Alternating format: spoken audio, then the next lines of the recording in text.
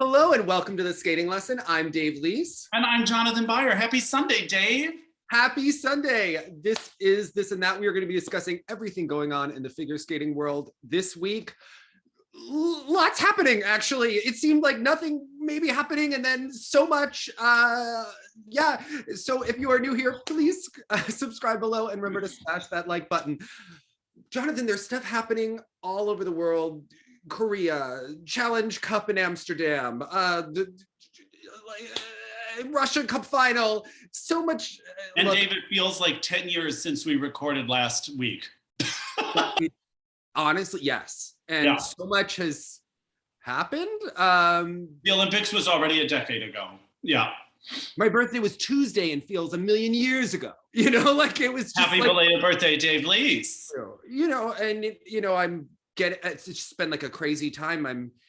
I produce for work, so we have a film shoot tomorrow. I had a show this morning at 8:30. Tell us about your show this morning.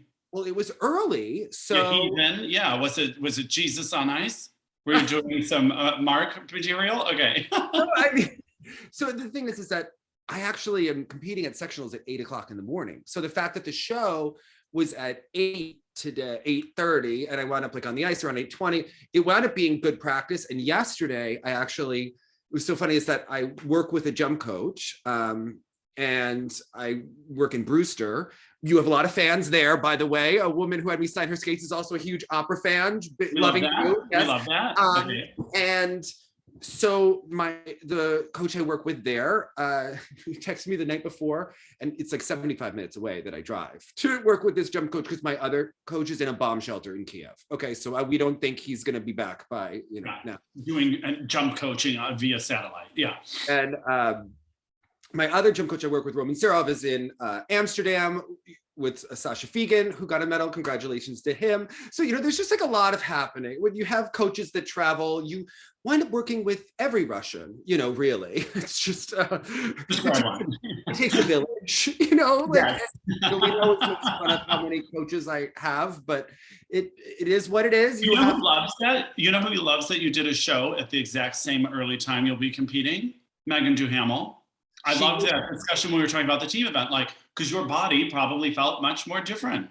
Well, it was good because yesterday I had to get up to drive 70, and the coach, like, I was going to have my lesson at 9:30, and then he texted me and was like, "Can you come tomorrow at 8:30?" And I'm like, "Sure," you know. But then I was just like, in the morning, I was talking to myself, getting out of bed, and I was like, "Okay, you just have to like think of this. It's like more practice for when you're competing, like more practice in the morning." So yeah, I had like a little like a nervier run through yesterday, which I don't usually have, and it just like it was fun. Everything was like shaky. So today it went a lot better. You know, it was good, and saw a bunch of adult skaters that I hadn't seen. So Stephanie Howe did a lovely program. She won adult nationals when she was pregnant last year in the solo dance. Oh my gosh. Okay. Yes. So, you know, we saw my friend Rosalia was there. She did like 17 numbers because she does dance and singles. And there was a synchro team that was really good. And their music actually like started to have some issues in the beginning, but they all kept going. They practice at 6 o'clock in the morning. I mean,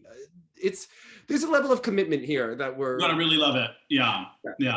So yeah, it's you know, getting ready for the season, and I felt like yesterday. Sometimes driving into the city, knowing you have to go in the morning, and the fact that it's starting the competitive season like officially is like, oh God.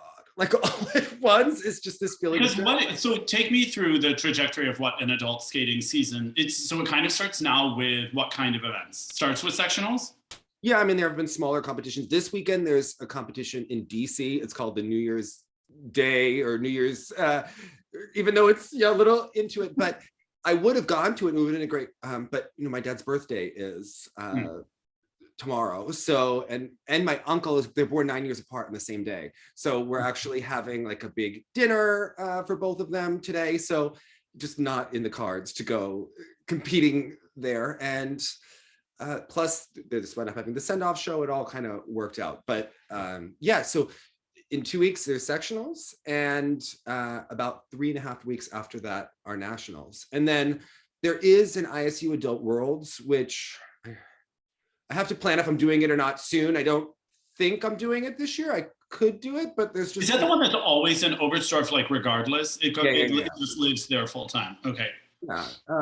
But because of COVID, some of the main competitions have been kind of shifted around. So I've kind of been using this year to get more competition experience, especially because of COVID. Things have been canceled for several years or postponed. So I'm supposed to do colonial, which I was going to do between sectionals and nationals. And now I'm going to do that in June. So I'm just kind of shifting when I'm putting what elements out and what I'm doing. And yeah, we'll see. So it's an exciting time and a busy time, and my costume, waiting for it. So I haven't worn the new one yet. And, just lots of things happening. Yeah. We just covered the Olympics, exhausted from that. So as we're revving up and, dealing with injuries and all of that kind of stuff. So yeah, just loads of— Hashtag skating. Yeah. Yes. Yeah. Yeah. It's so funny. Someone's like, "Oh, I hope you got a good rest." And I was like, from what? What? Yeah. So but obviously the war in Ukraine is on everyone's mind, and a lot of countries and people have a lot of opinions on this. They want to ban all Russians from athletic events, and it's a really complicated topic. And we've seen, some articles have come out with the other sports, I mean, primarily the World Cup and who will or will not play qualifiers, things like that.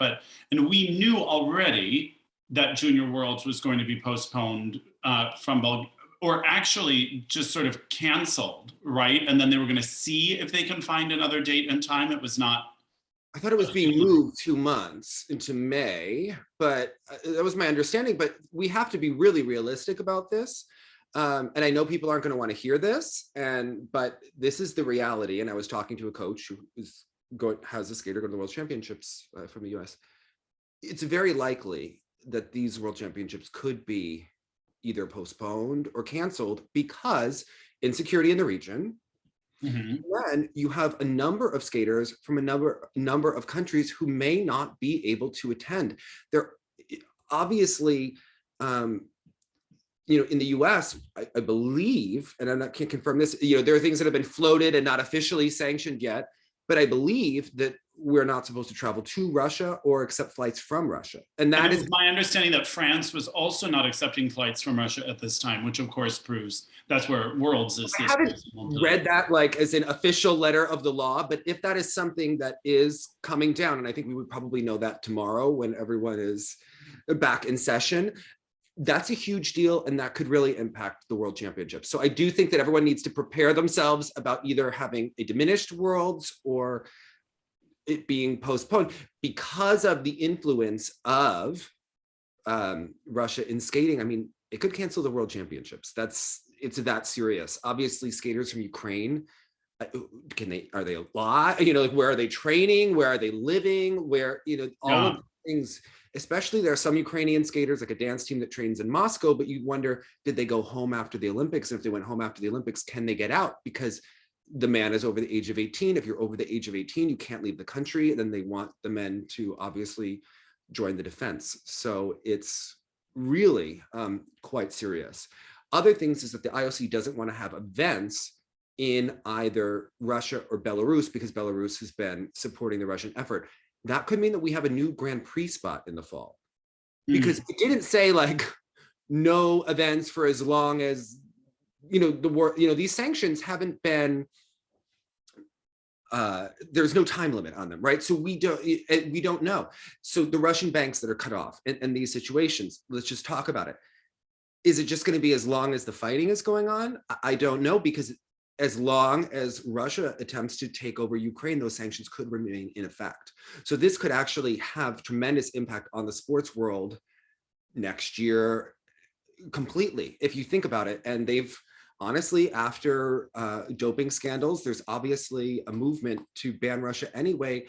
They may not be participating in sporting events next year. And I think that that's just a reality of what has happened. Eurovision's not allowing any Russian singers to participate in May. So these are, or Belarusian, I believe. So these are really quite serious sanctions that are moving forward that could really have big impacts in the sporting world, even though we just saw the Russians at the Olympics and we just saw here, and obviously the Russian skaters are not the Russian government, but sport is so important to politics, and then they don't want flights, and these are sanctions against the government that the athletes wind up being the victims of.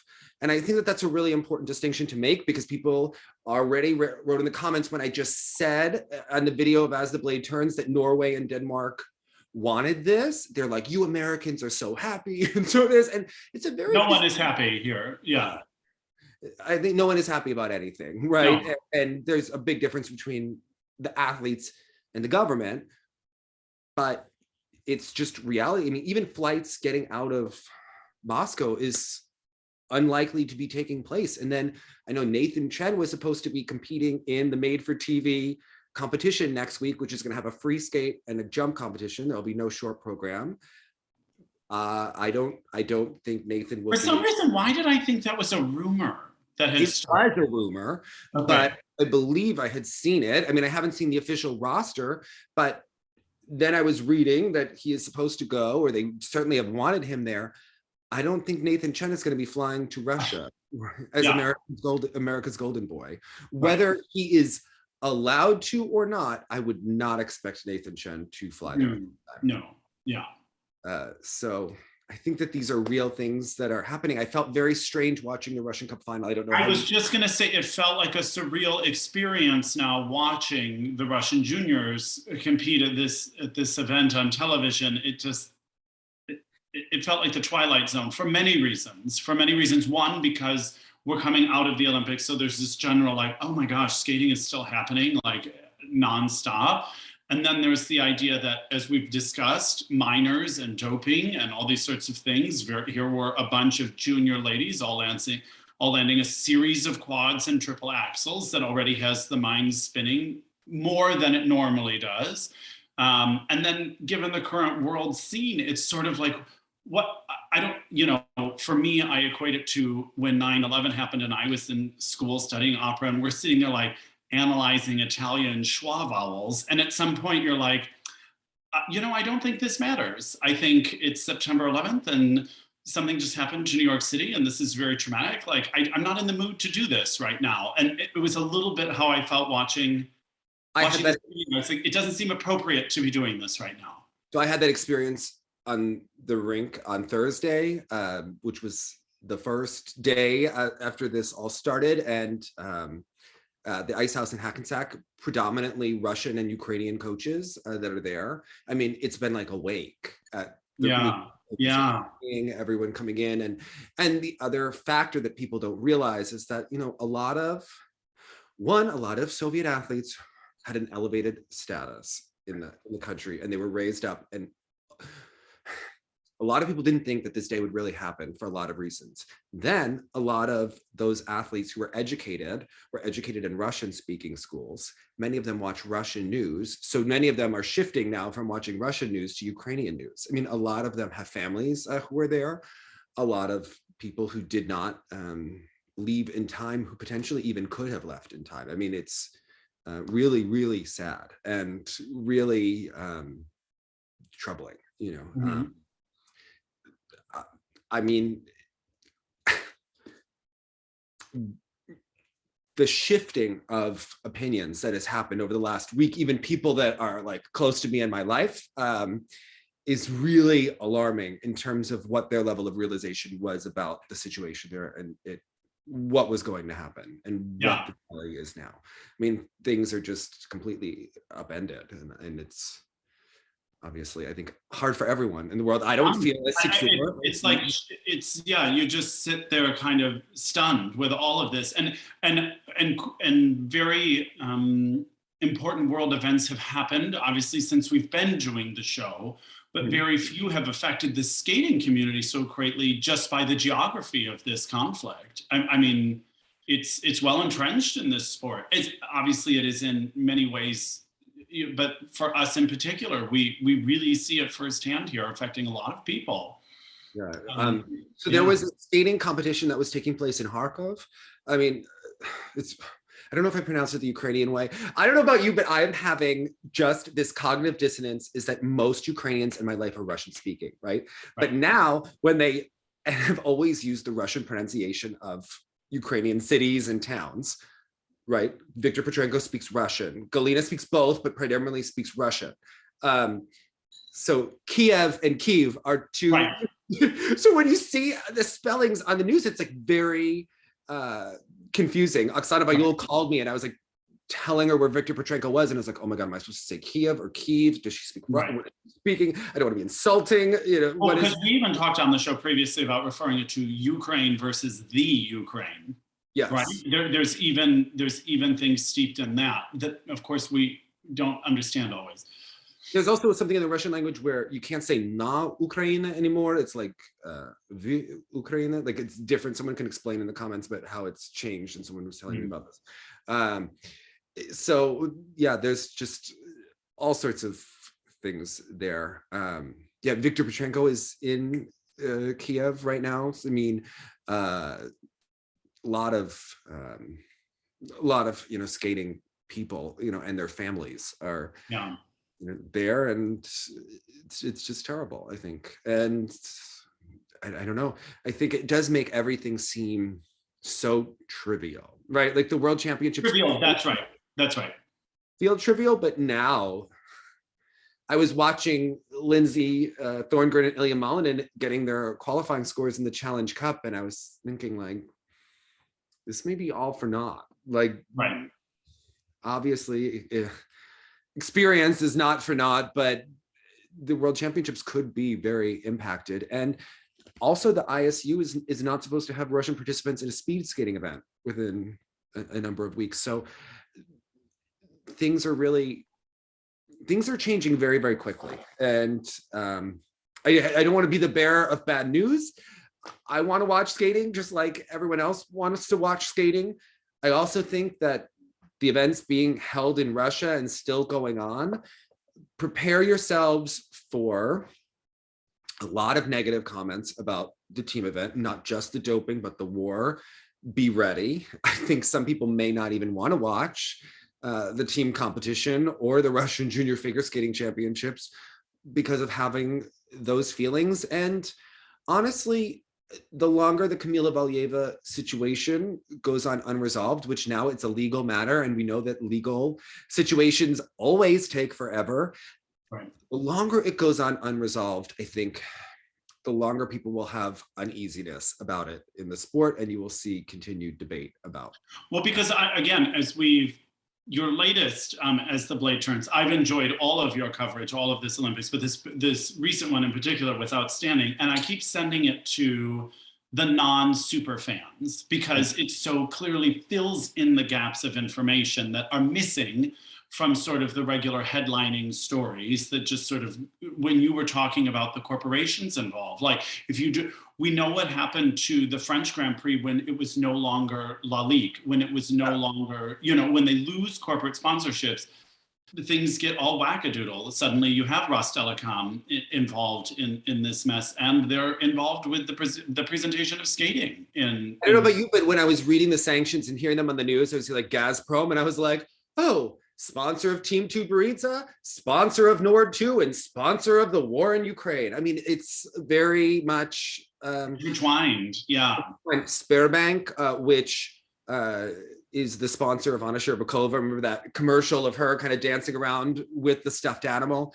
God, I think we need to have these skaters with the stuffed animals. It has to stop. It's very disturbing. Then when you see what happened at the Olympics and when they're holding the stuffed animals and having the emotional outbreaks, that was disturbing to me. And I still haven't made a video just discussing that. I think then you look at VTB, which has been a longtime sponsor of many Russian sports, including artistic gymnastics for many years. Irina Wiener is married to Alisher Usmanov, who ran Gazprom for many years. He's the head of the fencing. She runs rhythmic gymnastics in Russia. She's on the technical committee of the FIG. He runs the International Fencing Organization. you think about, her gymnast Kabayeva and that connection to Putin. You think about Navka and her connection to Team Tutberidze and to her husband, Dmitry Peskov. I mean, things are so intertwined with sport and the government and financially, and it's a lot to unpack over the next months.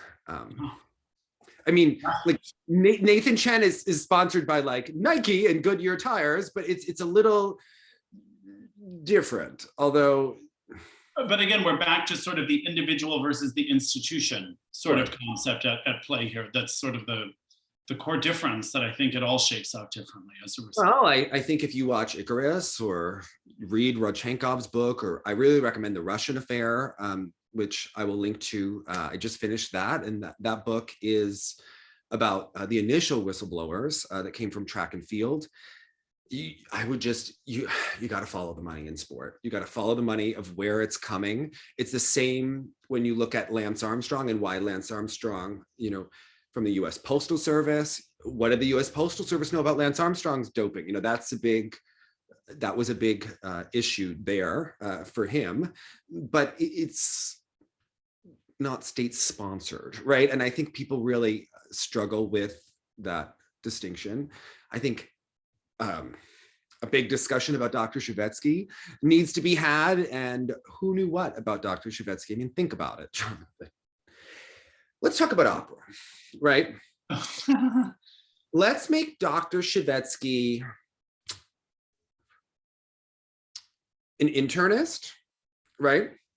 Say that a bunch of singers, and let's say that they were Broadway stars instead of opera singers, right? Okay. But let's say a bunch of Broadway stars went to an internist who decided to look in their throat and gave them some sort of injections that caused 7 people to lose their voices and thus their careers in 2007 and 2008. This is like the idea of the ENT with Julie Andrews. Like, would you go to that ENT? Yeah. Do you think Lincoln Center, if this was the Winter Garden Theater that had this person as their doctor, right? Do you think that Lincoln Center would hire this person to in a million years, not in a million never happen, okay? Right. So if you think about how this is going, you just have to use some critical thinking, which a lot of fans don't want to do, right? Yeah. All right. Like, why is Dr. Shevetsky there? Okay. And one of my coaches, perhaps the number of athletes actually equates to a pretty competitive percentage after all. Yeah. Yeah. Mm-hmm. And you think about the fact that he worked on Bobrova at the 2006 Europeans, and then she got banned. And then Julin gave a quote saying, oh, all of the coaches were afraid that our athlete would be the one. And why would you be afraid? I mean, it's just the brazenness. It's like you said, sometimes they just like to think they know more than everyone else. And in doing so, they're often, including admissions in their commentary at every turn. I'm constantly astounded. Yeah. I know that not all of these people are educated. Some of them pay for degrees. There are different situations with different people. I am constantly astounded by how often a country that says that there is no state-sponsored doping, but is in trouble for state-sponsored doping, talks about doping in the press. Even Eteri in that interview where it looked like she was sitting in in a library, in a law library, with that kind of a. Was that we just need to find a new Meldonian? Yes, and yeah, right. They're constantly giving clues, and it's just like you just have to start collecting the dots. Connecting the dots about all of it. And again, the reason where the sort of disconnect comes from me is you're talking about this model following suit in rhythmic gymnastics, in fencing, in speed skating. My interest in the sport of figure skating is the only sport I follow. I come from the arts world, and this just happens to be the sport that is the most artistic. So that's the sport that intrigues me the most. what no one seems to talk about with any of this is the actual skating, because we're so results driven. And it's like, I understand that for these people, their livelihood, their financial status, their social status, all of this is based on results. But as I was watching this Russian Cup with the junior ladies, I was like, it's such a grotesque sport to me in this version. Yes. That I don't even know why I'm following. And now I'm following like young teenage girls wrecking their bodies, probably with the assistance of drugs, and nothing is exciting to me or beautiful about it to me. So I'm like left thinking that there's not much left for me here, because again, everything about this is not, let's get an exciting jumper, let's get the most beautiful program. It's let's just win, win, win, win, win. And I don't care about that part.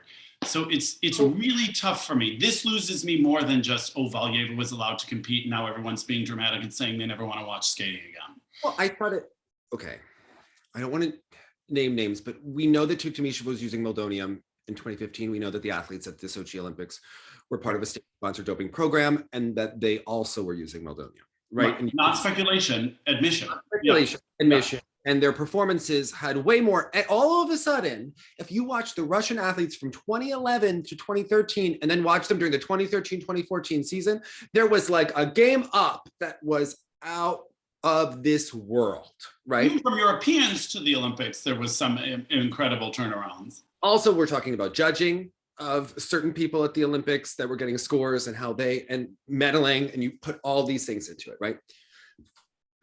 And we've all talked about, and I think there's a degree of complicity that we all have, because, and I talked to Sandra Bezic about this, people who don't dope and don't have this in their culture are incredibly naive, right? And this is different. We're not talking about cycling here. We're talking about figure skating, right? And I think that in the 6-0 era, yes, there were always stories that some countries doped, but it was different, right? And think about how the Russian ladies had these big jumps over time. The rise of eteri changed the game. It changed the way skaters rotate their jumps. Also with the IJS, the value for doing these jumps went up exponentially, right? So in the last several years, the sport has changed. If you think about how much the sport has changed, even from 2015 on, and then you learn that someone is taking TMZ and that someone was on meldonium in 2016 and that they're state sponsored, and you start to connect the dots. The amount of doping that you can see that has likely taken place, not just doping, abuse, shenanigans of judging, how many things, all of a sudden you have 2015, someone lands a triple axel, right? And that was considered like, wow, someone landed a triple axel. But they did 13 competitions in a season approximately. Right. The human body could not do. Rudinova, who later went on hormone therapy after she was done with her career, and Tuktamisheva dominated the whole season in a way, and we were like, wow, those Russian ladies are amazing. Next season, all of a sudden, triple toe on the back of everything. And then we get someone backloading their short program for the first time between 2016 and 2017. Soon, the next season, suddenly someone's backloading their entire free skate, right? Next season, quads. It's like, and you could say, yeah, it's just competition. Yeah, well, if you think about it critically, we're never seeing anyone falling. We're seeing this, yes, and there is insane competition and the volume of talent. But how is that volume of talent being supported? Because even when the US had a volume of talent in the early 2000s, there were problems with the technique. Certain people are falling, certain people are coming. I mean, if you look at this in the unnatural development of figure skating, but only in one country, how come Japan, which also has tremendous money to be put into figure skating, a tremendous amount of talent, they have never been able to catch up. They have never. Right. And this doesn't just go to, nationality and secret training methods. It's not, like you said, the jump. And Paulina was interesting when she talked about this. She was like, suddenly when you saw Valieva, albeit heartbreaking, falter in the free skate, she's like, that's more par for the course when you're trying that kind of jump. But when Midori and Tanya jumped on with those triple axles in the beginning, they weren't always consistent. That was a lot exciting. That often it went awry, including all over the '92 Olympics. You know, that's the risk involved with, or Hanyu's quadruple axel. Like that's the natural like progression of how this works. People say, well, how come no one's upset about the quad revolution in the men? But it's been a slow and steady progression since the '80s that slowly increased, and still we're talking 2, 3, you know, at 4, not out of the blue, one male competitor comes in with all quints. Yeah. Out of nowhere. And then suddenly the whole revolution has been slow and steady, with how many pops and how many falls and how many skaters who try to get those quads and can never get them, right? And we've seen them under rotate. I mean, the story of Johnny Weir and the story of Jason Brown, and this, right? You think about it. There's a natural progression that has taken place in the men. Right. Women, it's very different. And the women, there's the other aspect of keeping these girls unnaturally small, because the spinning technique and the clock on puberty and the clock of, oh my God, they need to get it by this age, because then they all fall apart. And we look at, oh, they're gone. What was your favorite discipline, would you say, growing up? Ladies? You know, that's a common discipline for it to be most people's favorite. Okay. Yes and no, right? Okay. I always enjoyed the top ladies, right? And I always enjoyed it at nationals, right? Like, but if I think about it, I always loved watching pairs. Like I loved watching Gordeev and Grinkov. I loved watching Berezhnaya and Sikora-Litsa. When Berezhnaya and Sikora-Litsa were against Sally and Peltier, I liked both pairs. I found it very interesting to watch, and I found it very exciting. So I found that interesting. The men's skating in the 90s, although very interesting in terms of personalities, didn't have a lot of artistry. When Yagudin and Plushenko competed, that was actually, and Todd Eldridge, it started to become more interesting. And then men's started to have so many different styles and the balance of athletic and artistry. So I think it's changed over time, like what I've enjoyed watching. I think I've always enjoyed watching everything to a degree. Yes, I fell in love with Christy Yamaguchi, but I also loved Paul Wiley and Victor in '92. You know? Well, the only reason I bring it up, I mean, we can say instead of ladies, they're women, but they're not women. Mm-hmm. So that's sort of, it used to be, I would go to the ladies discipline first if I was catching up on an event, let's say like in Worlds in the late '90s or something like that. But now the ladies, women, whatever, girls, it becomes almost one of the last ones I watch now. And I think it really is, people talk about raising the age limit and what that does. I understand it needs to happen, because if you don't have ramifications for a minor, then the minor shouldn't be allowed to compete. But really this rotational thing, this style of skating, this style that's being rewarded right now and basically emulated. Other federations are trying to emulate the Russian copy because it seems to be doing so well. But the more it happens, the less I'm interested in watching it altogether, because now I'm watching a children's sport, and I'm not interested in children, I'm interested in artists. And you know what, we'll talk about it at some of the Russian Cup things. How can this 12-year-old be interpreting Chicago or interpreting these gravitas moments? Okay. Because you need perspective, that's why if I watch an ice dancer or a pair skater who's in their late 20s, early 30s, where they have a point of view, they have something to say, they know how to share an emotion with a crowd, that's the thing that gets me going, not just like watching a child spin fast. The other thing that's different, and people are always gonna write, you're American in this, but when we grew up in figure skating, and I don't know your experience as much, but I would watch all skating that was on TV, right? Anything, yeah. Anything, right? So to me, there was not a big difference watching Skate America or watching Ice Wars or the Riders Championship, right? And I can't say that my enjoyment level was different much, because we grew up with skaters that were almost like they were shown on CBS so much that they were adopted as our own. I never really spent a lot of time. I mean, yes, I knew that Yuka Sato was Japanese and that Midori Ito was Japanese, but we saw them every week. They didn't seem other. We knew who they were, right? Katerina Witt was on TV so much in the US.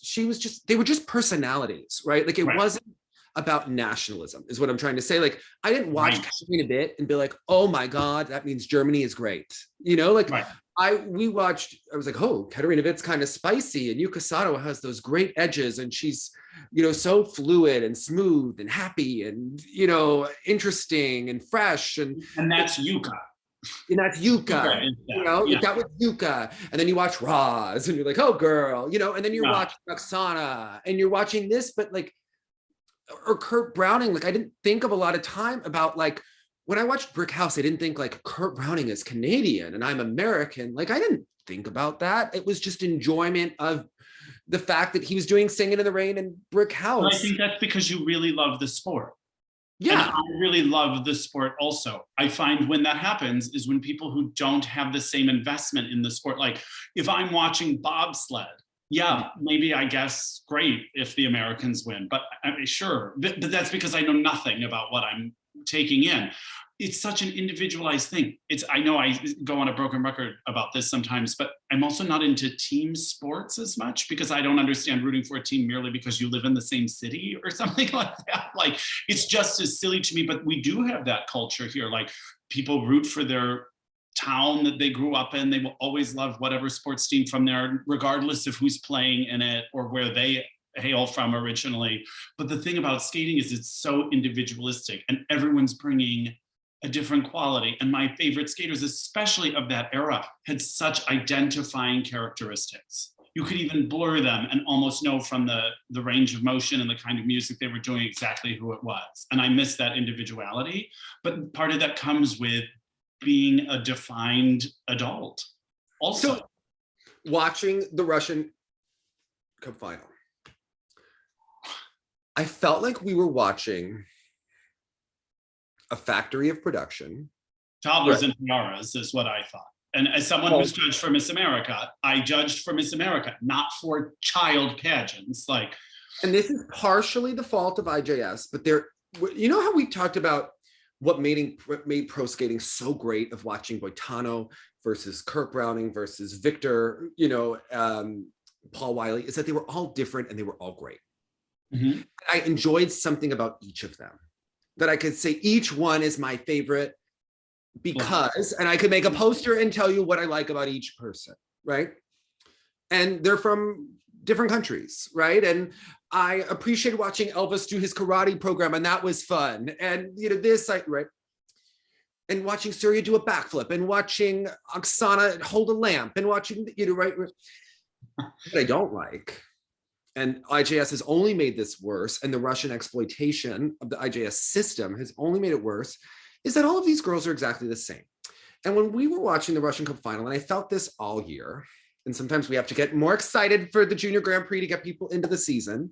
I'm sorry, but has Veronika Zhilina, does she know what the heck she is skating to with her Love Story program? And is she even listening to it? Because it looks like she has zero response to any of that music. And what adult said, yes, this young, fresh, athletic talent, love story about a woman who gets cancer and dies, right? This is what this, I don't know how old she is this week. This junior figure skater, 13, 14, this is what she's going to skate to. Right. All right, that seems appropriate, right? Right. And then wonder why she isn't connecting to it. Right. Why isn't she telling this story? Because if they knew, they would be even more horrified. Now, she has a very stiff knee when she skates, which only makes it look so mechanical when she's performing. The girl who skated to nowadays, the newest Eteri model, right? Is that Alisa? Yeah. I don't think she's seen the movie or understood any of it. Okay. No one's asked her to. I'm sure no one in her camp has even thought that kind of research could be beneficial. I mean, I don't think she's even ever seen Oksana skate with her little hat with Sarah Kawahara. Okay. I don't think any reference point to this.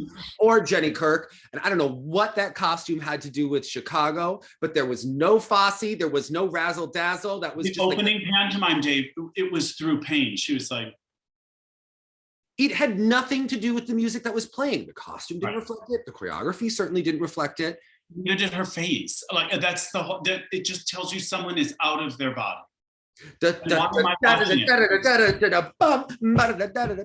Nothing. Okay. Yeah. It was not the music does all the work for you. Okay, it was not a homosexual event. All right, I can't. Nothing was happening. Okay, Right. Danielle, what the hell was that? Of all of the shit that you have given us over the years, that is the shittiest shit that we have ever had to watch. And the amount of effort that was put into Zhilina's program or Alisa D's program is insulting. I'm sorry. Yeah. Okay. Then we've got Sofia Akatieva skating to Mulan. Quad lots of times, right? Like quad toes. Or no, hers was the pitch forward triple axel. And then Have to say, eteri, you could see while she was away, her assistant coaches don't seem to be as good at training the technique without her there. Interesting. I saw some slippage happening with Akatieva compared to how she looked earlier in the season. Off axis, like again, the triple axel landed. They just can't figure out that technique there. I mean, because it's interesting, each girl flounders with the triple axel almost in a different way, seemingly. Well, my coach, who shall remain nameless, loves to talk about biaxel and loves to talk about the short outside edge that both Trusova and Valyeva have and why they failed on them spectacularly at the Olympics and other times this season, and about how they go inside the circle and how it's not set up for rotation and how they fail it time and time again in this camp and don't use their arms properly. And you could see just with Akatieva, her technique is very similar to Valyeva in some ways. She almost looks like the next model. There are some things that are better. There are some things that are worse. She does not have the je ne sais quoi that Valyeva has when she performs. And a lot of Well, one person said to me yesterday at the rink, she's like, you know, I'm yelling at you and I'm yelling at Christine when I'm watching the TV, and I know that you're right about whatever, but I just don't know a drug that can make you skate like Valyeva. And I'm like, well, you're right and wrong, but yes, you're right. Like artistically and that special spark, no. But that was Sandra's tweet. Like she didn't need it, and now she's been denied the chance to ever know what she could have done without it. Yeah. She probably still without it. You will never be 15 again, that fresh, that young, that without the TMZ. Like you think about your doping, like there are certain things that you'll never know. You'll actually never know how good you could have been without the performance enhancing supplement in any sport. In the same way that someone who is in 5th place has to wonder, wow, if I had gotten, you know, stanozol, you know, and I'm a runner from the time I was 10, how good could I have become? Right. You'll never actually know, right? But there are things that show that people that have their performance enhanced, and people are like 6%, that's so egregious for the hypoxin. Well, how much hypoxin are you taking? And are you injecting it? And you know, well, she only had a minuscule amount. Yeah, she only had a minuscule amount that day. If you tested her 2 days earlier, maybe that result would have been so much. But again, what are we arguing? How much or that it is? That's the... People who want to defend will spend a lot of time deflecting, right? When they want to protect. And fans, they want to protect their favorite skater and also their view of the sport.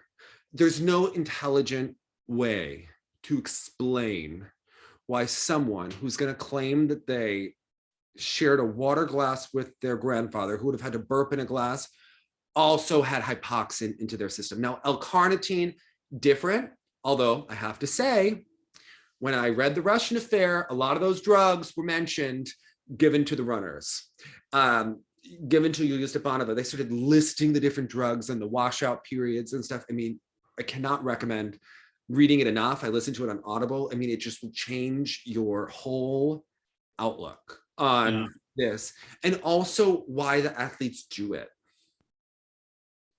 How many times because in America, you have to be wealthy to figure skate. Just cut the shit. You have got to have money, and your parents are probably still going to be financially strapped, right? That's one of the problems in skating right now. You're basically running a small business.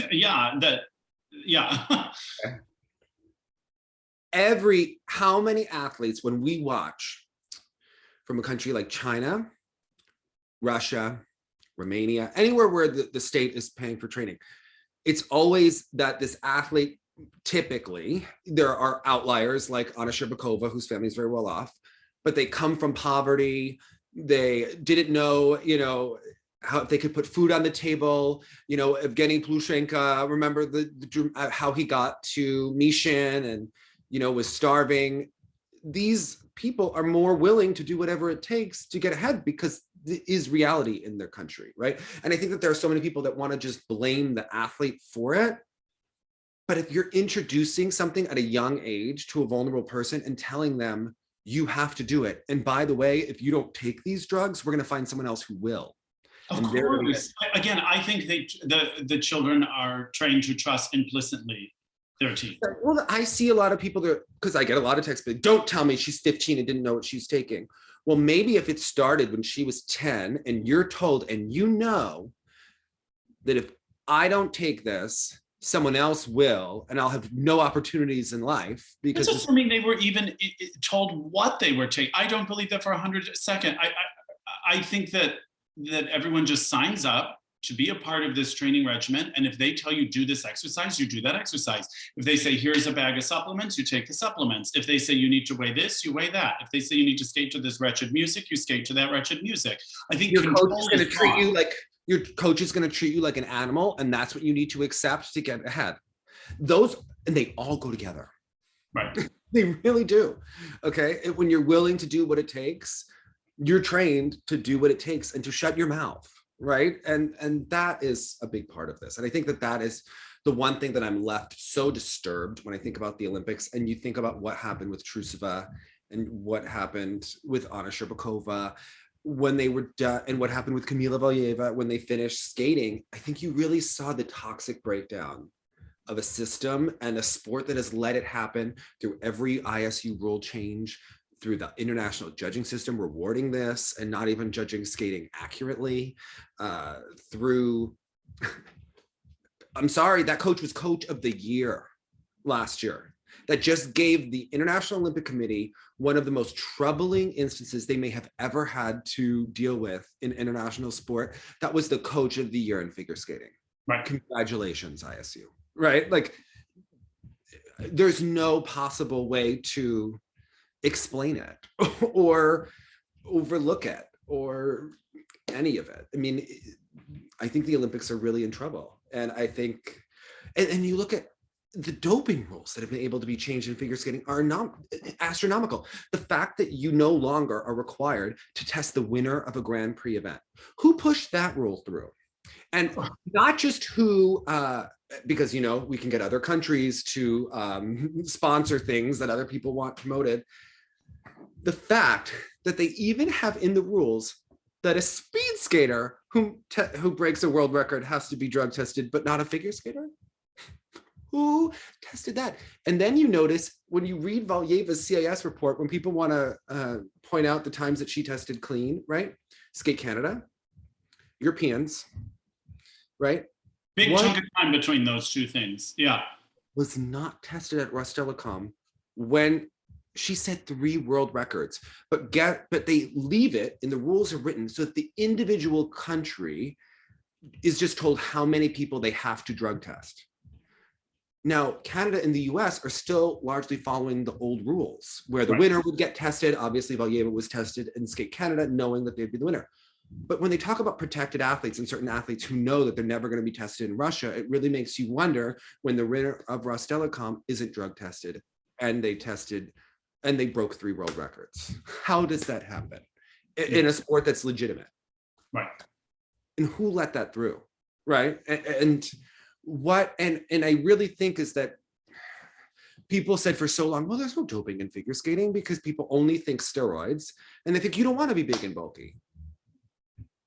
Well, obviously, if you're taking heart medication to get a performance edge, there's plenty of other things that we need to be worried about. And you think about how they're only urine testing and they're not blood testing. It's like, and again, even as early back, I remember Terry Gannon explaining to us about Irina Slutskaya's heart condition, not dissimilar to angina that she had at such a young age. Think about how much, wild. Watch Irina's program at the 2005 World Championships.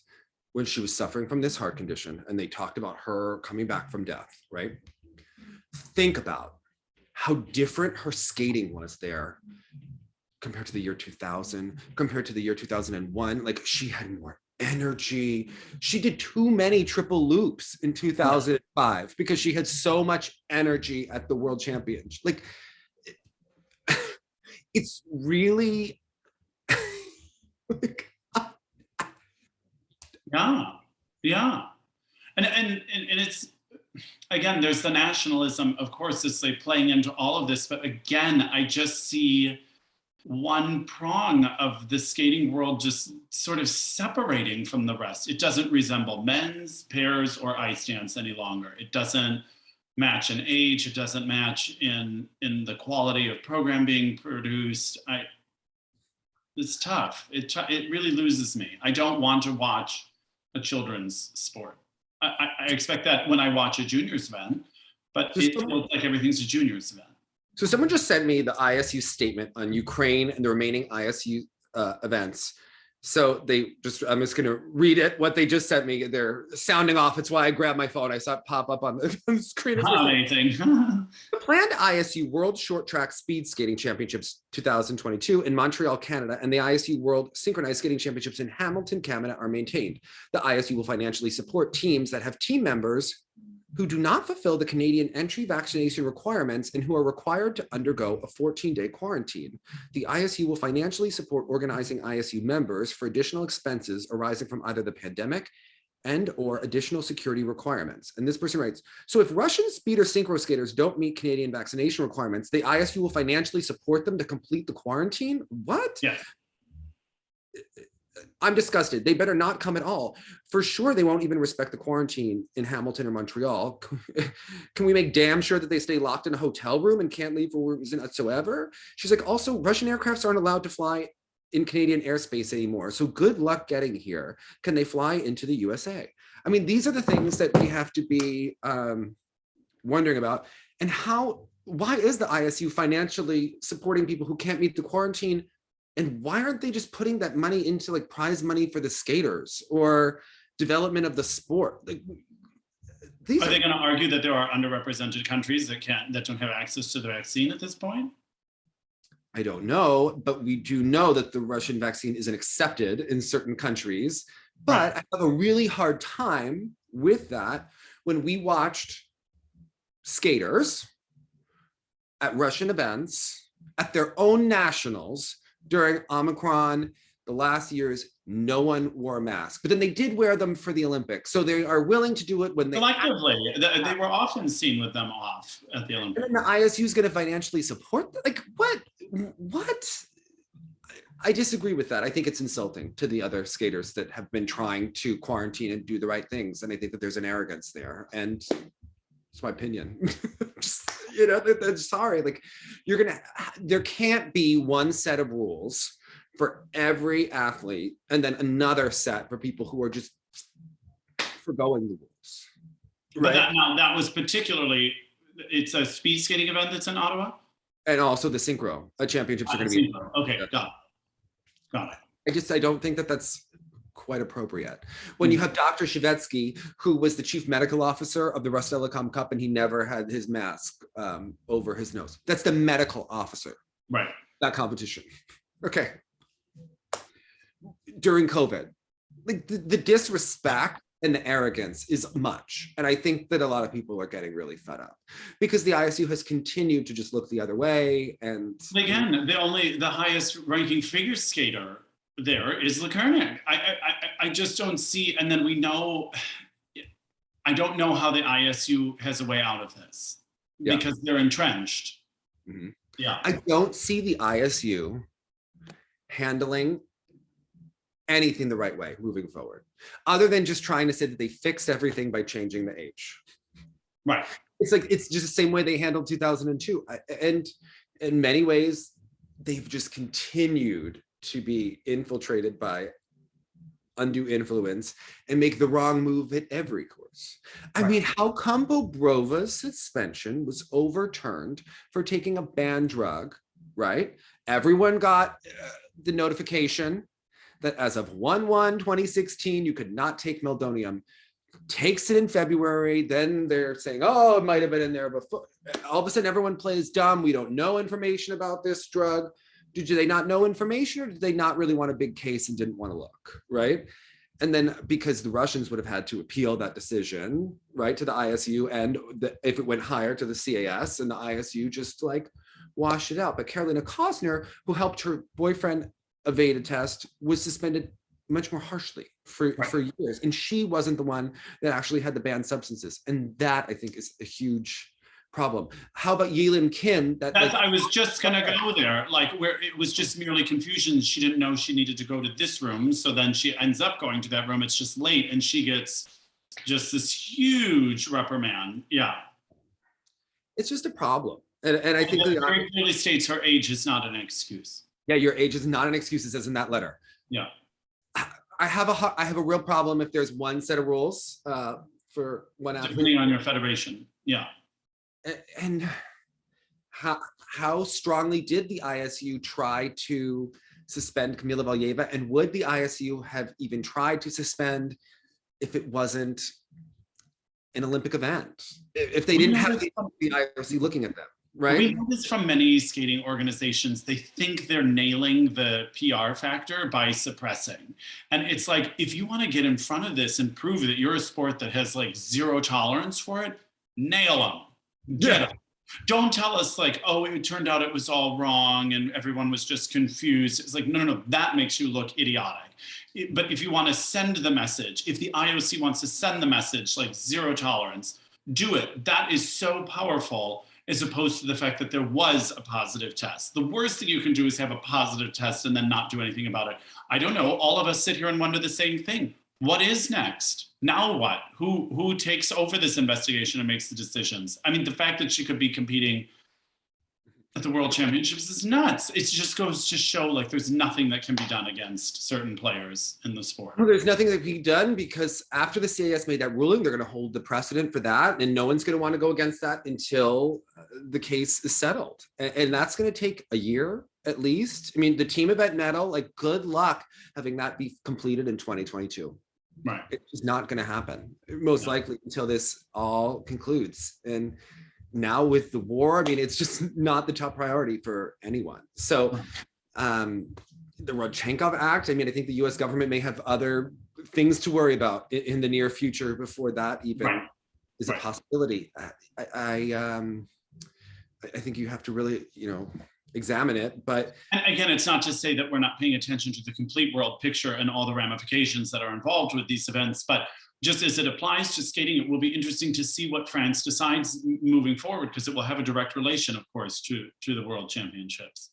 Yeah, it's so hard, and there's already COVID protocols and that expense, but it's a really hard one. The whole season really hangs in the balance, and it's a shame. I think that the sport is at a real turning point in terms of feels it, right? This has got to be some sort of crossroads. And it's funny because the sport was at a turning point in 2002 and went the wrong way, I think many would argue. But again, window dressing with a new judging system, but same judges and no cultural change, right? So, and it seems like more of the same. Although I think when a 15-year-old is taking serious heart medication and it happens in front of the world, and then the outbursts that happen, I think the marriage of that is so distasteful for the Olympic movement and the general public. I'm sorry, the juxtaposition of now going to a junior Russian World Cup or Russian Cup final, whatever it's called, where now I'm watching the system in action. It would be different if Kauri and Wakaba were doing quad toe, triple toes, and you were like, oh, well, this is something that's taking place all over the world. Right. And they want us to believe that there's something different in the Russian water. Well, there is. Grandpa Valiev's water, there may be. Okay. Yeah, grandparents' belches are in the water there. I mean, that's the difference. And I have to say, watching the Koreans, first of all, the Korean Federation. Okay, I mean, what are they doing? Stop. sit down, take a breath, get a massage, order a drink, maybe sit this week out. Like, what is happening? Just when we what did they do to Yuna that she is so burnt out from skating? Well, I mean, look at this situation. None of these girls need more competition right now. That's not the answer for what's going to get young Yu's triple axel around or Yelim Kim to be judged more fairly. It's not more domestic events. Can you believe that they just competed like 9 days ago, maybe? And before that, at 4 continents. Yeah. And now, and before that at another test event, and now we're competing to earn a spot at the World Championships. We just saw them at the Olympics. I mean, as though they didn't have enough information about what kind of skaters young Yu and info. Yeah, and thank goodness at least young Yu took out the triple axel attempts here because they're gonna break. I mean, what is happening? Like what? And again, now I'm at it because we know that sometimes in the United States, when they look at certain governing councils, they're like, what is the Russian formula? Is there something we're missing? And that's why they're able to do all this. I wonder if the Korean Federation looks and says, well, the Russians are competing all the time. I guess that's the key to their success.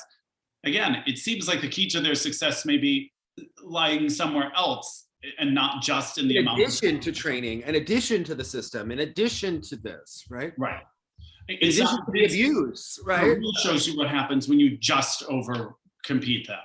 I just don't understand who benefits from this. I do love seeing that young Korean. Jia Shin, it's amazing, and she had that Ina Bauer, that spark, those the skating, time, the energy in the fingers, like everything is just right about her. It's incredible. Amazing, right? Yeah. She has that special something that you just hope that you could bottle it and save it for when she's not let it get over competed and burnt out. Think about what that could do to Korean figure skating. That I have to say, it was like a salve after watching the Russian Junior Cup, after watching Adeliia Petrosian skate to Back to Black. Madness, okay? What these girls are skating to, like, I'm sorry. It's so inappropriate, all right? All of it, yeah. Also, her quad loop was cheated. The first one. Also, like, Jia Shin just had that special something. It was like, oh my God, this is why I like to watch figure skating. Yeah, it was dance, it was present. She held time still for a second and like brings you in, and that's the magic it can have if you let it.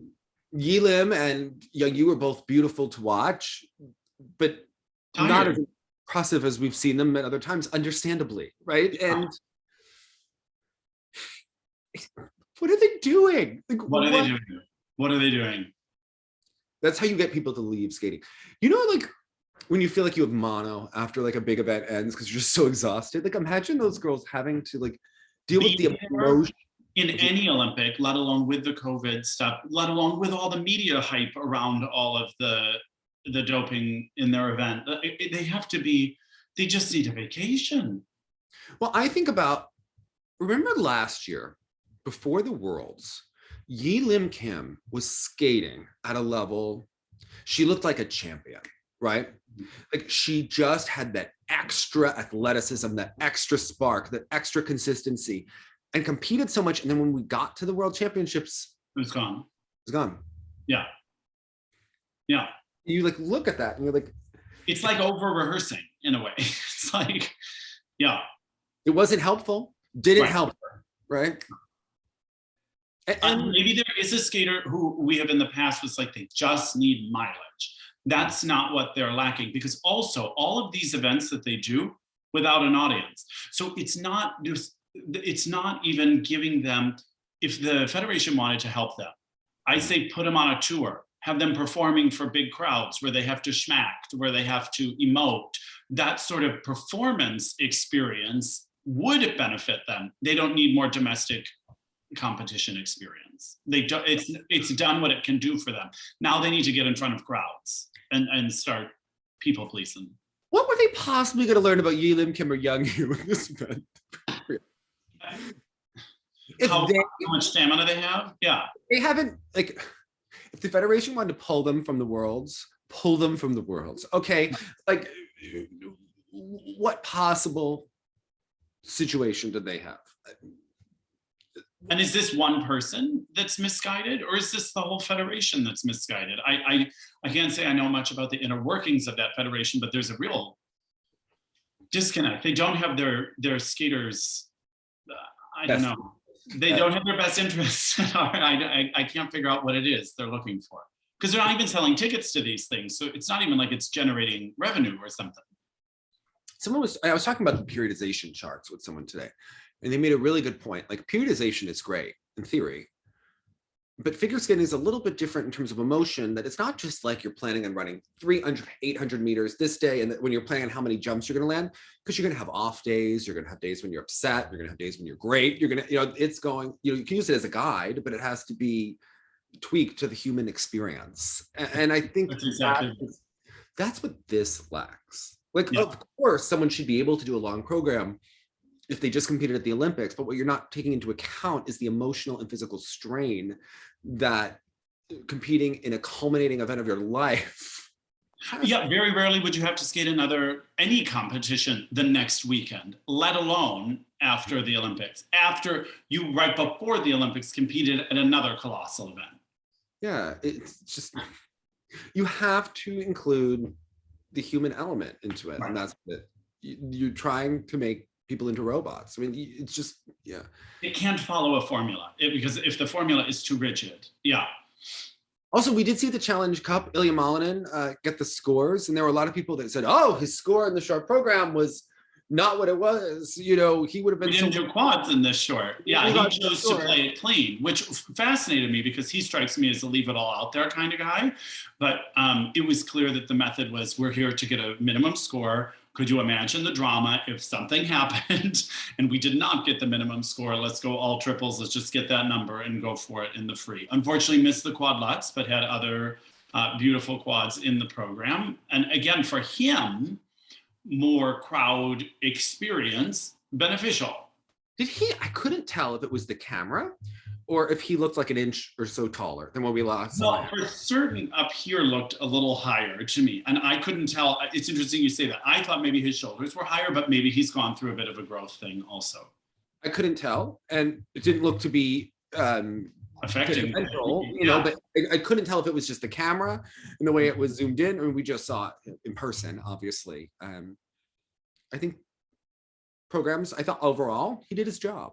You know, he doesn't need to be great at the Challenge Cup in Amsterdam. And people who now will try to take this score and pretend it was in the Olympics, like, you can't even go there. You cannot even, it's a different event, it's a different material, and it doesn't matter. The Olympics have happened. Frankly, it's over. It's over, it moved on, and happened. And try to comparing the scores or fitting in where he would have placed, it's all pointless. You can compare it. Should the worlds happen, I think we will see probably Ilia and maybe Jason skate there, because I don't know if we'll see Nathan at Worlds. Yeah, I mean, but Nathan's showing, like, for the Korean girls, now I know they're not maybe on the same press conference tour that he is because he won, but there's lots to do, a lot of interviews to be had, a lot of family to see, a lot of celebrating to be done. You just competed at the Olympics, like, also, I can't imagine training for the Worlds, let alone, again, a competition the next weekend. Well, I think, and the difference you have to look at with Nathan is that he's on all of these tours and doing these interviews and doing everything. It's not like he's never won a world title, and he'll be competing against guys, Yuma Kageyama, Shoma Uno. They've never won a world title. Right. So for them, they have that extra motivation and perhaps that little bit of extra confidence from doing well at the Olympics, but also that feeling of, I can get a little bit higher. I can pull it out. For Nathan, a fourth world title versus a third may not matter that much. But he's got to strike while it's hot. We know, unfortunately, the window for an American man who's won a gold medal, it only goes so far. So hit it up. Take your moment. Take your moment, because this is as good as it gets, I think. I want to see Elton John at an award show doing Cold Heart, and then I want it to all of a sudden change, and then and I think it's gonna be a long, long time, and have like Nathan like skate by on like plastic ice, okay? Like, oh, wait, Dave. So, moment of honesty, I saw Elton John at Madison Square Garden last week. How was it? Last one, amazing. First of all, he's older, like I am, I feel. So he started at 8:05, no opening act, played nonstop, 2.5 hours, left the stage, good night.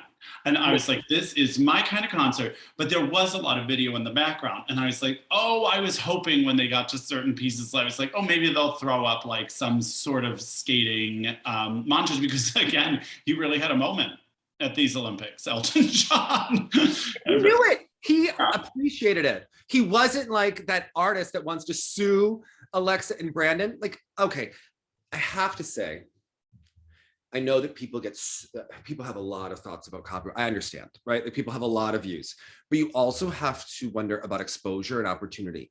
And I get it, like Elton's a billionaire or multi-millionaire, right? And for him, maybe the financial impact is not the same. You know, there are so many nuances to this, but at the same time, think about how many people, it's all your perspective, right? Think about how many people maybe heard the song that Alexa and Brandon skated to who wouldn't have been aware of it and maybe went and purchased it on iTunes after hearing it. Because I am that person that is constantly Shazamming. And until I paid for Apple Music, I was constantly paying for songs, you know, right? So I realized it would be much cheaper if I just paid for Apple. Again, the reason it's a trigger, and this is something coming up in classical music, like you do get shady people that try to lowball you with the offer of exposure. And there are those shady moments. This isn't that shady moment. There was a real PR opportunity here. Now, listen, when such and such concert presenter wants you to just come out and do some stuff for free because isn't that great? At some point you get to the point where, no, I don't need to do that. But again, the alignment that could have been had, maybe they go on Stars on Ice and do one live version. Maybe they have them come to it's just a cool thing that gets some buzz going that every other artist with their music at the Olympics seem to get a kick out of. But of course, if you really know copyright law, you know NBC pays these like flat rates and these arena pays these like blanket things, like it's going to go nowhere. It just sort of... But it's unfortunate to them that their Olympic experience is sullied by this annoyance. Even they were trying to give the interview quotes where they're like, honestly, can't talk about this right now. We have a free skate tomorrow. Like, we'll get back to you. You know where our people are. They have to talk about this. We're kind of trying to compete at the Olympics at the moment. And also Johnny Come Lately, it's like, hello, they've been skating to this music all year. Yeah, well, that too. There's that. Also, I think we're going to learn a lot about copyright law and skating from this case. People always ask, how do those skaters skate to those songs? And what does it all mean? And the difference is that the audio track of the commentary was traditionally considered track number 1, and the music is considered track number 2. I think we're going to see if that holds water, right? And what happened. Because again, same thing happens, especially in Europe, SACEM and all these sorts of things. If you perform anything, then you have to pay the estate of the composer and da-da-da-da-da.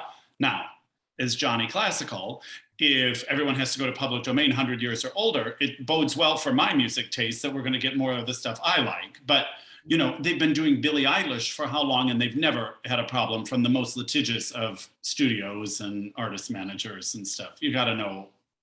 Yeah. You know, that's a really great point, that everyone's using Billie Eilish, a current artist, and yet it's only made, I have to say, it only made me more aware of Billie Eilish.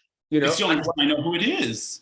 How much of popular music in general, well, I say popular music in general, have I been exposed to because of skating? You're like, oh, why do I know what the soundtrack to 1492, how do I know what that sounds like? Because I go right back to Elvis. I mean, really, really wild. And it makes me feel, instead of filing a lawsuit, you would hope that person would embrace the fact that their music was being shown, and that it's an honor to be shown. You know. But I think it's also like the reporters doing their job to point out that this particular legal group with this particular group does it all the time. Mm-hmm. They do this 100 times. They go after everyone. and very rarely win, but settle out of court. They're just collecting nuisance fees. Yeah. So just, again, Alexa and Brandon doing such good work over there to be sidetracked by something so silly. Oh my God, I was talking to someone at the skating club in New York today, and they were talking about Alexa being a pistol and being at the event and getting a check 3 years ago when I think we saw her Mid-Atlantics, being like, I'm gonna go shopping, Chris. I was like, oh yeah, she's a pistol. Oh yes. Yes. Yeah. Confirmed. Yes. Yeah. Again, most of the good ones probably are. Yes. Yeah. Crazy. Our girl Lindsay, your girl Lindsay, I just. She fought. She had a little bit of a cauchemar in the short program, making a mistake on her combination that is uncharacteristic. But I was surprised to see her at this event. Was this, do you think, just for world ranking? Because she didn't need minimums or anything like that, did she? Well, remember that Ilia Malinin had to get Ilia had to get the short minimum because you're not allowed quads on the short, so he hadn't. Yeah, I honestly don't know. I'd have to ask you. Did she have to get it at a senior event? Did she have to go to a senior event to get a certain score? But I think she went to another senior event earlier in the year. Yeah. So I don't, right. I was intrigued by her presence, or if they just wanted her to compete again one more time for a potential to show she was ready for Worlds. Also, it gives her an opportunity. She's the Olympic alternate, as you know. So Ilia and Lindsay both.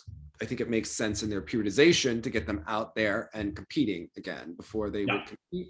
Also, this is someone who's going to compete in the future. So, world standing points, also experience. I don't think it was a bad decision to send Lindsay out. She's certainly a competitor. She didn't go for the triple axel in the short, which she does work on and has continued. I know that people have seen her. I had friends that were skating and saw her working on it. You know, I think she was working on the harness and off the harness, and you know, continues to be pushing herself in that direction. So I thought that she fought. Yeah. Oh, I was just going to say nice skate for Reno also. Yeah. Yeah. So, yeah. But it all feels trivial in light of the other things that are going on. It's hard to grapple with some of these things, and especially like what's supposed to be and what truly, despite, you know, seeing some lack of COVID protocols, like their jump competition last year on Channel 1 and this whole thing. There was something really fun about it, but again, it just is sort of a read the room moment. I'm a little apprehensive about what it's going to feel like watching that event next week. Sorry, knowing the thing that says this is from the Russian government, this channel. Well, yes. By the way, and YouTube is even not allowing certain channels to monetize their content, although because skating uses the music, they're not really monetizing, although they have commercials, obviously, and ads that, you know. Oh, let's talk about this for a second. Sorry if I cut your thought off. People were talking about the disappearance of all of the skating from Peacock briefly. I don't know. Okay, so I don't think it's about the Alexa and Brandon. No. I don't think they would pull the entire thing. Yeah. Some people were saying that there's some like still full night broadcasts that you could maybe look at and watch. I do know that in general, with Olympic footage, and this happens, like we're having a little bit of a different situation where NBC was like posting Nathan's free sometimes with the Olympics, but there's always major legal things that happen with the rights of Olympic footage and who owns it between the IOC and the Olympic Channel and NBC, and who gets to actually show it and what things are geo-blocked. But I was watching Nathan's long on YouTube. I went to look for Anna Sherbakova's free skate and couldn't find her individual performance. I found a weird side-by-side mashup that NBC posted of Trusov and Sherbakova, which is not how I enjoy to watch skating at all. I don't really want to watch them both skate their program at the same time and have a screen. That wasn't interesting to me. But then, you can't find her performances. And I don't know why it exists, but I have to say, I think this is where the Olympic movement, which obviously makes so much of its money through rights, I do think that's where they get it wrong, is that they're over focus on monetization and control in terms of these rights. And I get that these rights are their big, what they have to offer, right? Like this is their big product. However, if they just put it on their own channel on YouTube to begin with. And maybe they worry that they can't then license that footage to someone else that needs it in the near future that wants to show it, right? If you think about it, like it's their brand. They just had the Olympics and we're having that like post-Olympic period where we're all like, oh, did you see that race? Oh, let me go to check this out. Oh, can't find it. Right. Right. And unless the Olympics now more than ever are struggling to find their place in everyone's life at the moment. So again, same thing with Leslie Jones. Like for someone like me and someone of my generation, like that's how we like to consume that information. So, okay, you can say you don't like it, copyright, because you're going to make a couple bucks by her not doing it, I guess, but you've lost a whole group of substantial viewers that were tuning in to watch the things she was watching. And it's you were the person that said not to see the forest through the trees. That's 100% what is happening. Think about, so Leslie Jones watching the Olympics has become almost like that Mystery Science Theater event, right? And think about the people that are on Twitter that may not have actually watched the Olympics or may not have been as apt to tune in, but because they laughed about something that Leslie posted, then,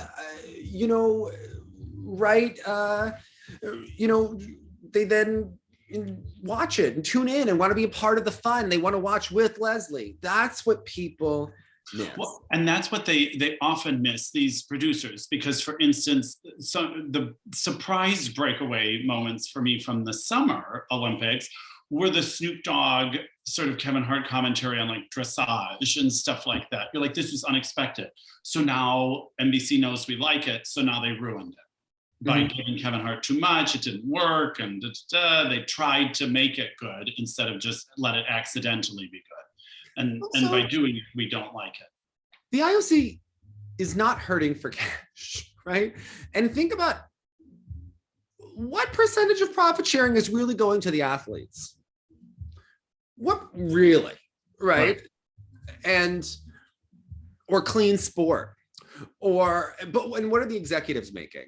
These are the big questions that you kind of have to wonder about. Like, but I have to be honest, like I watched this Olympic because I am a diehard skating fan.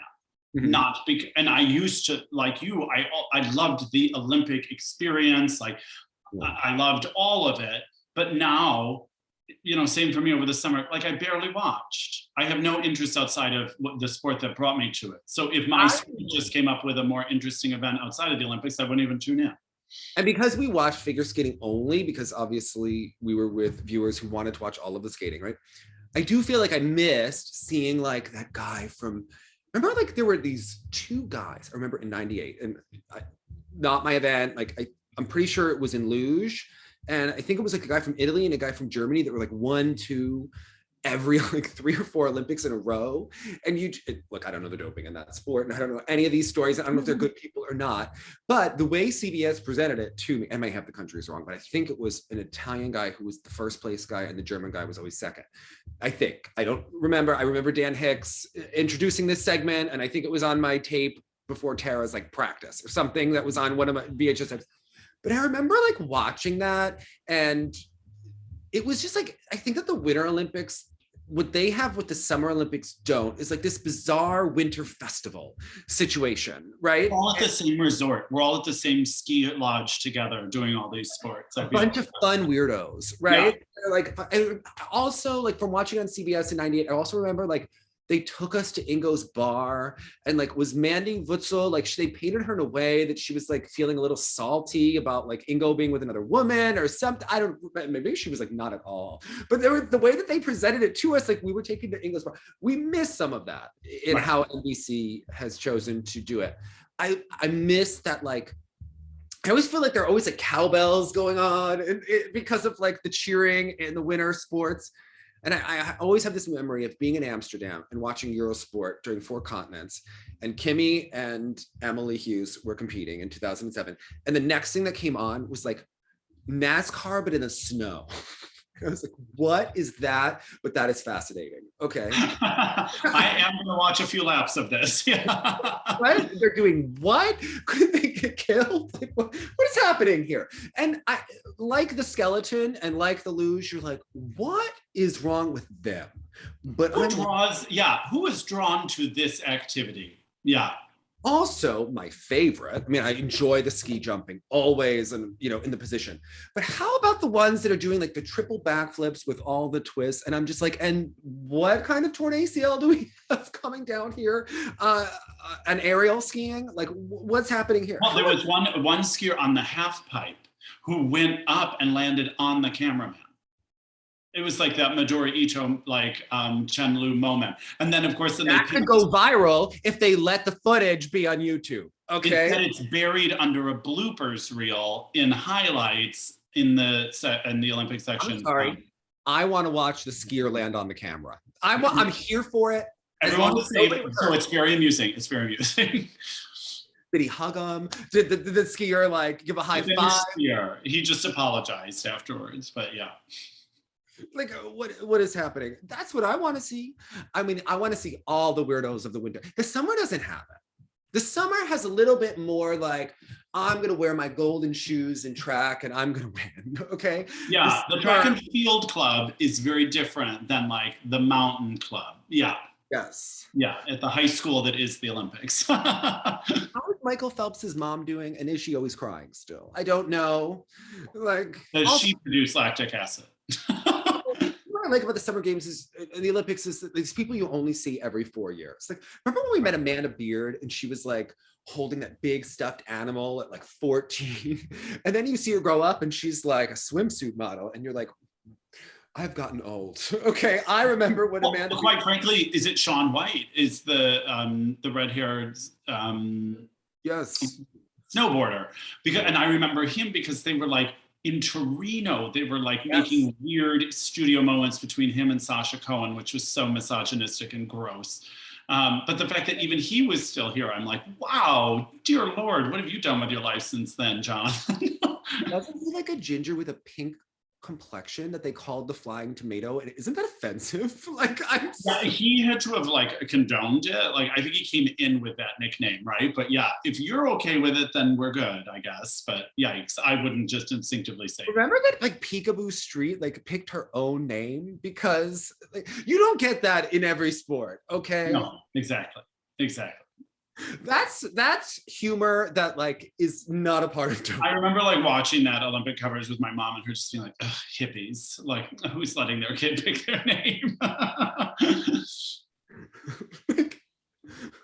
And wasn't it because she finally had to have a name for the passport? I don't know. Now I'm like, legally, how did that work on a birth certificate? Like, I don't understand. I need to see some legal paperwork. Oh, the 90s Olympics were really the greatest. I mean, Alberto Tomba, like, why did I know his name as a kid? I was like, the sexy. Hot for Katarina Witt, weren't we all? Okay. Yeah. But also like the ski ballet from '88. Yes. Wasn't it also in '92? It was short-lived, but that was a moment while they had it. Yeah. Also, like, what about like the speed skater who then like recorded an album, like that Kathy Turner, like, and then she came back to the Olympics. Like, these are things that like, we miss some of the quaintness. It's become so corporate over time. Yes, it's corporate. It has been completely corporatized, and it became sterile in its coverage. Do they still have? I felt like, what I miss? The Coca-Cola bears, the snowman, like the polar bears that they just want to go down like the bobsled. They just want to go down the luge and like drink Coca-Cola. And then just have a refreshing Coca-Cola beverage. And like, I don't have to think about like whether or not Coca-Cola is good for the environment or for you, but like in the minute, like there's a quaintness to those bears that I'm really enjoying. Okay? Yeah. And then underneath that on YouTube, there's 300 like global warming comments about his ice caps. Like, do you know what I mean? Like everything has become so tainted. What seems really quaint? Like Nancy talking about Oksana, like crying and putting makeup, like about her, she's gonna put her makeup on again. I mean, I always thought that was unfair at the time. It was a totally legit thing for Nancy to have said, but now even more, we wish that was the most scandalous thing happening. Right. Yeah. At least you had a medal ceremony. Meanwhile, like Galina tells me about like stories about how she had Oksana, like Nancy would be going into a Lutz and she'd be like, Oksana, go do a Lutz right now, right in front of her, to like unnerve her. And like Nancy says this, and people like label her like awful things because she said like when Oksana used to land jumps, she used to be like, like so excited. And like, that tracks. Yeah. Right in front of Nancy in Prague. Like, oh my God. It worked. Yeah. And Galina's like, Oksana's like a Hollywood actress. She has all the emotion. Yes. Yeah. I mean, God love her. Those personalities, the judging has also become sterile and prevented that.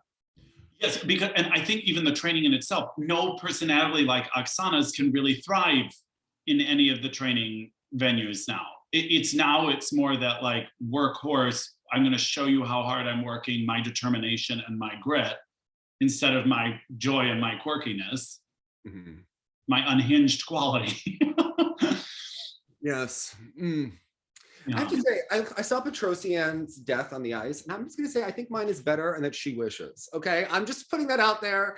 You know why, Dave? Because you're older. You have that life perspective. You have that point of view you are bringing to the death.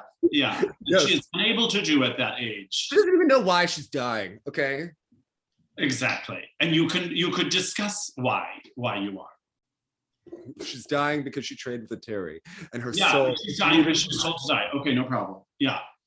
Her soul is leaving her body. Yes. Oh one quadruple loop at a time. Yeah. So what was your moment of the week, Jonathan? It feels like we just had like group therapy, and quite frankly, I needed it after watching some of the skating. I was like, oh God. Let's see. Let's find a positive moment here. Oh, remind me her name, because it almost sounds like Jonathan. Jia Shin. Oh, Jia Shin, yes. Jia Shin, moment of the week. Love her skating. Always nice to be reminded of it because I don't see it as often. Beautiful dress, a beautiful dress, right? Also, Krylova's ice dance team, skating to the Caccini Ave Maria. I mean, I just love them. Yeah, they just make me happy. As opposed to the Ave Maria we were also hearing at the Canadian test skates. Ave Maria for everyone. Yeah. And in an ironic moment, I have to say, thinking about Velma and Roxy's singing Nowadays, and the Eteri girls doing that awful program, fun for the whole family. Indeed, because it's age appropriate. Okay. Thanks everyone.